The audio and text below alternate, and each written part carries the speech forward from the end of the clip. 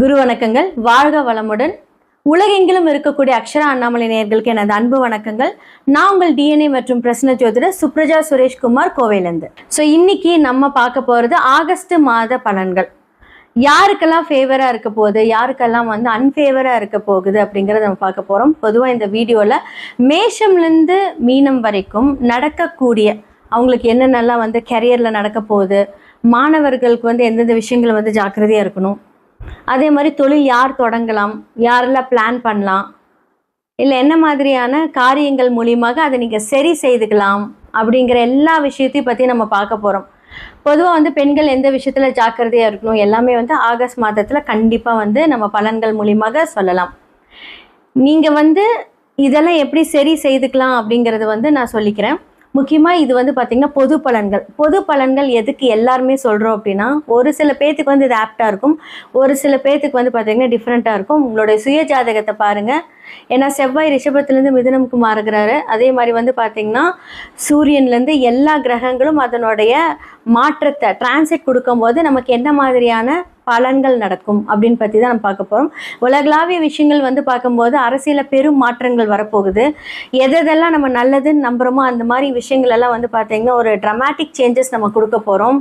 அதே மாதிரி உணவு சார்ந்த விஷயங்களை ஒரு பெரிய மாற்றங்கள் நம்ம பார்க்க போகிறோம்.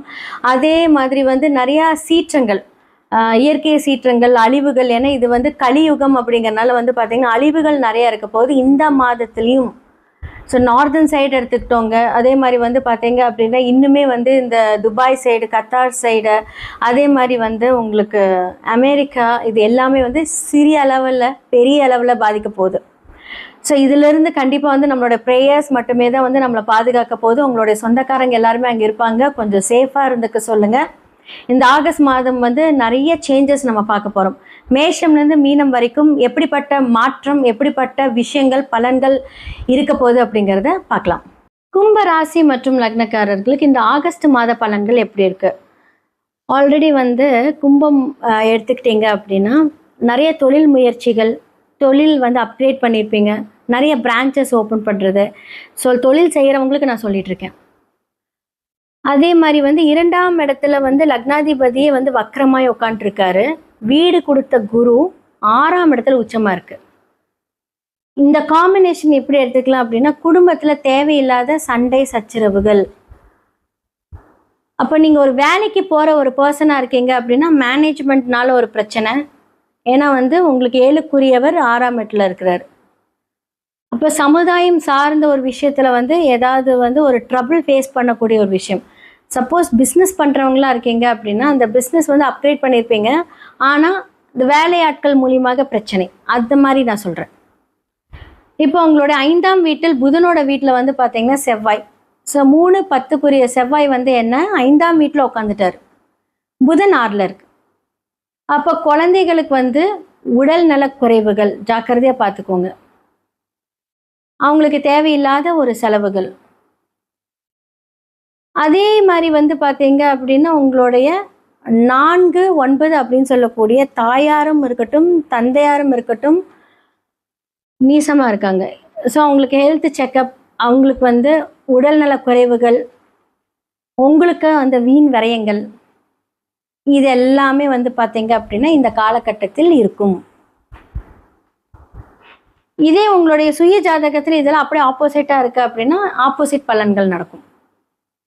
இதெல்லாமே ஒரு கோச்சாரம் என்னதான் அந்த விஷயத்தை கன்ஃபார்ம் பண்ணாலும் உங்களுக்கு என்ன மாதிரியான திசைகள் நடக்குது அப்படிங்கிறத பார்த்துக்கோங்க. ஃபஸ்ட்டு 15 days பார்த்தீங்க அப்படின்னா சூரியன் புதன் குரு இருக்கார். அடுத்தது சூரியன் சிம்மத்துக்கு போயிடுவார். அப்போ குரு சூரியனும் கேதுவும் கன்ஜெக்ஷன், இணைவு. அப்போ 7ஆம் இடத்துல சூரியன் பார்த்துக்கோங்க. இந்த மாதிரியான காம்பினேஷன் பார்த்தீங்க அப்படின்னா ரொம்ப ரொம்ப ஒரு ஹெக்டிக்கான ஒரு காம்பினேஷன் தான். ஏன்னா நீங்கள் உலகளாவிய விஷயங்கள் பார்த்தீங்கன்னா திருப்பி சூரியன் கேது இணை வர்றாரு, ராகு அங்கே இருக்காரு. திரும்பவும் பார்த்தீங்க அப்படின்னா நமக்கு ஃப்ளைட் கிராஷ் எல்லாம் ஏற்பட்ட அந்த காம்பினேஷன் திரும்பவும் இணையுது. திரும்பவும் பெரிய என்ன சொல்கிறது, இது அதே இடத்த குருவும் பார்த்தீங்க அப்படின்னா அந்த பார்க்குது இல்லையா. நிறைய அழிவுகள் அப்படிங்கிற ஒரு விஷயத்தையும் நம்ம கொண்டுட்டு போனாலும் நம்மளுடைய சுய ஜாதகம், நம்மளுடைய பொது ஸ்தானம் பார்க்கும்போது இந்த காலகட்டத்தில் பிரிவினைகள் ஏற்பட வாய்ப்பு இருக்கு. நிறைய பேருக்கு வந்து பார்த்தீங்கன்னா மனைவியிடம் சண்டை போடுறது, அதனால பிரிவினை, கணவரிடம் சண்டை போடுறது அதனால பிரிவினை. ஏன்னா உங்களோட லக்னத்தில் இன்னும் ராகு உட்காந்துருக்காரு. ராகு டிசம்பர்ல மாறுற வரைக்குமே வந்து என்ன சொல்றது, அந்த கற்பனையான ஒரு விஷயங்கள், ஓவர் திங்கிங் எல்லாம் கொஞ்சம் கண்ட்ரோல் பண்ணிக்கோங்க. உண்மையாலுமே சொல்றோம், அதுல இருந்து மட்டும்தான் உங்களால் விடுபட முடியும். ஓவர் திங்கிங்னால என்ன ஆகும் அப்படின்னா, உங்களுடைய ஆப்போசிட் சைடு, உங்களோட பிஸ்னஸாக இருக்கட்டும், உங்களுடைய மனைவி கணவராக இருக்கட்டும், சமுதாயம் சார்ந்த ஒரு விஷயங்கள் மூலியமாக பாதிப்புகள் ஏற்படாமல் தவிர்த்திருக்கலாம். நிறைய பேருக்கு கும்பத்துக்களை வேலையே ஒரு பெரிய பிரச்சனையாக இருக்கும். மோஸ்ட்லி அவங்க பிஸ்னஸ் பண்ணணுன்னு தான் நினைப்பாங்க. மோஸ்ட்லி கும்பம் எல்லாம் பார்த்தீங்கன்னா, அவங்க வேலை செஞ்சு என்ன பண்ணுவாங்க அப்படின்னா, நமக்கெல்லாம் செட்டே ஆகாது, பிஸ்னஸ் பண்ணிக்கலாம்னு நினைக்கக்கூடிய ஒரு ராசி லக்னம் அது. இப்போ வந்து உங்களுக்கு தொழில் அப்படின்னு சொல்லக்கூடியவர் வந்து பார்த்தீங்க அப்படின்னா 5ஆம் இடத்துல இருக்கும். பார்த்து அதை கரெக்டாக கண்ட்ரோலாக பண்ணிக்கோங்க. லோன் அப்படிங்கிற ஒரு விஷயத்துக்கு போக வேண்டாம். அப்படி இல்லாட்டி வந்து பார்த்தீங்கன்னா ஏதாவது ஒரு நோய் அப்படின்னா என்ன சொல்கிறது, தூக்கம் கெடும், இல்லை ஏதாவது வந்து ஒரு போலீஸ் ஸ்டேஷன் ஏறிட்டு வர்றது, பிரச்சனை தேடி வரும். நாம் அமைதியாக இருந்தாலும் நம்மளை சுற்றி பிரச்சனை நடக்குது அப்படிங்கிற மாதிரியான சூழ்நிலை. இல்லாட்டி நீங்களே வந்து பார்த்தீங்க அப்படின்னா, ஃபார் எக்ஸாம்பிள் லக்னாதிபதி உங்களோடது சனி பகவானாக இருக்கட்டும், அவர் போய் 6ல் உட்காந்துட்டாருன்னு வச்சுக்கோங்களேன், நான் சொல்கிற சுய ஜாதகத்தில். அப்போ என்ன பண்ணுவீங்க, நீங்கள் எதுக்கு இடத்துல அப்படின்ட்டு வந்து ஒரு வீம்புக்கு பிரச்சனை செய்யக்கூடிய பர்சனாக இருப்பீங்க. ஸோ இது எல்லாமே பார்த்துக்கோங்க. அவர் என்ன சாரம் வாங்கியிருக்காரு, இதெல்லாமே நம்ம பார்த்து தான் பலன் சொல்லணும். நான் இது எக்ஸாம்பிள் சொல்லியிருக்கேன். ஸோ இப்போ அந்த மாதிரியான காம்பினேஷன் இப்போ இருக்குது. கொஞ்சம் அமைதியே காக்கவும், அமைதியாக இருக்கணும். ஏன்னா இப்போ உங்களுக்கு ஆல்ரெடி வந்து விரைய சனி வேற போயிட்டுருக்கு. அப்போ ஏதாவது ஒரு விரயத்தை கொடுக்காம அந்த சனி பகவான் நகர மாட்டார். இப்போ முடிஞ்ச அளவுக்கு கும்பம் வந்து பார்த்தீங்க அப்படின்னா, இந்த 7.5 சனி காலத்தில் நீங்கள் கொஞ்சம் ஜாக்கிரதையாக, அமைதியாக, பொறுமையாக போகிறது ரொம்ப ரொம்ப நல்லது. சனி பகவான் ஒரு விஷயத்த கொடுத்துட்டாருன்னா ரொம்ப நல்லாயிருக்கும். இப்போ 7.5 நாட்டு சனி நடக்குது, உங்களுக்கு சனி 6ல் வரதா யோகம் தான். ஆனால் பிரச்சனை கொடுத்தாலும் யோகமாக கொடுத்துருவார். உங்களுடைய கர்மா எப்படி வேலை செய்யுது அப்படிங்கிறத பார்க்கணும். அப்போ அந்த கர்ம பலன்கள் மூலியமாகவே உங்களுக்கு இந்த 7.5 நாட்டு சனியோட விளைவுகள் இருக்கும். ஒரு சில பேர்த்துக்கு ரொம்ப நல்லா இருக்கும். ஹார்ட் ஒர்க் பண்ண வைப்பார். அப்படியே ஹார்ட் ஒர்க் போய்கிட்டே இருக்கும். அதன் மூலியமாக வந்து பார்த்தீங்க அப்படின்னா, சில பேர்த்துக்கு நீங்கள் செய்கிற ஹார்ட் ஒர்க் நடக்கும்போதே செருப்பெல்லாம் பிஞ்சிரும்.